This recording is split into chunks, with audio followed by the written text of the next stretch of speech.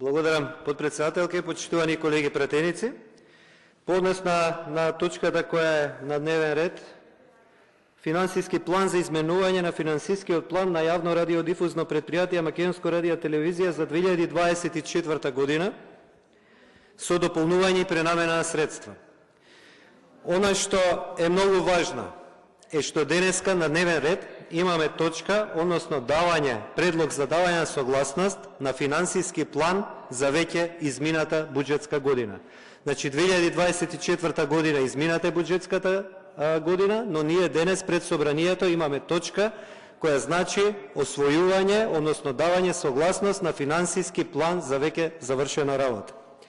Во образложението од страна на представниците на Македонска радио телевизија беше истакнато дека со пренамена на средства, а согласно вонсудска спогодба помеѓу Македонска радио телевизија и Министерството за дигитална трансформација, владата, односно собранието, преку пренамена на средства има обезбедено 80 милиони денари за Македонска радио телевизија.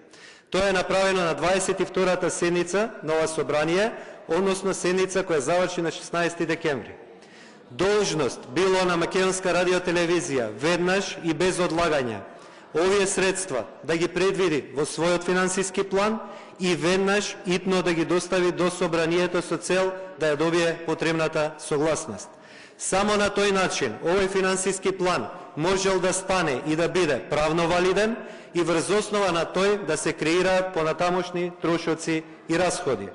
Наместо тоа, материјалот е доставен до собранието на 3.1, односно по завршувањето на буџетската година.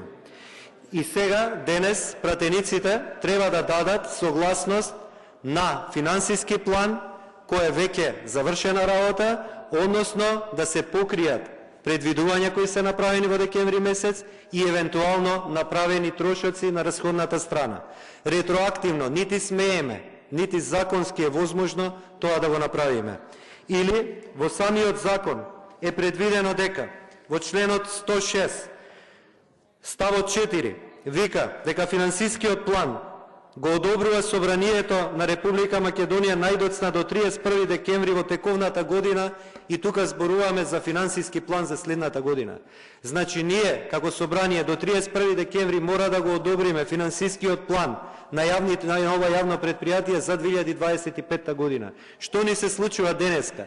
Денеска на маса во 2025 година имаме давање согласност на финансиски план за претходна година, за завршена работа. Самото планирање значи предвидување за тековна година, идна година и така натаму. Че вие може да планирате за иднина, не може да го планирате минатото, односно оно што е минато завршено време. Од тука сакам да укажам, и ова не е политика, ова е принципиелност и колегијалност, да укажам на сите пратеници. Вака донесената одлука за давање на согласност на финансиски план за веќе измината година значи прекршување на законот и на овој начин даваме согласност за нешто што не е согласно закон и согласно пропис. Од тука самата одлука би била спорна и таа доколку биде оспорена, истата може да предизвика дополнителни негативни последици. Исто така, како сликовитост, ова е исто како ние денеска да одобруваме, односно да гласаме ребаланс на буџет за 2024 година. Должни се институциите навремено, согласно рокови предвидени со закон, да ги завршат своите домашни обврски, соодветно да го информираат собранието, собранието ги донеси соодветните одлуки. Ако владата можеше за заемот унгарски и така натаму, тие пари да ги предвиди во ребаланс, за кој се спроведе целосна законодавна постапка во собранието, и после тоа смее да ги троши тие пари. Овде имаме ситуација каде што пари обезбедени од владата, МРТ ги предвидува финансиски план, не ја добива потребната согласност од страна на собранието која морала да ја добие, до крајот на годината се со цел тој финансиски план да стане правно валиден, односно тие средства да може да се ефектуираат.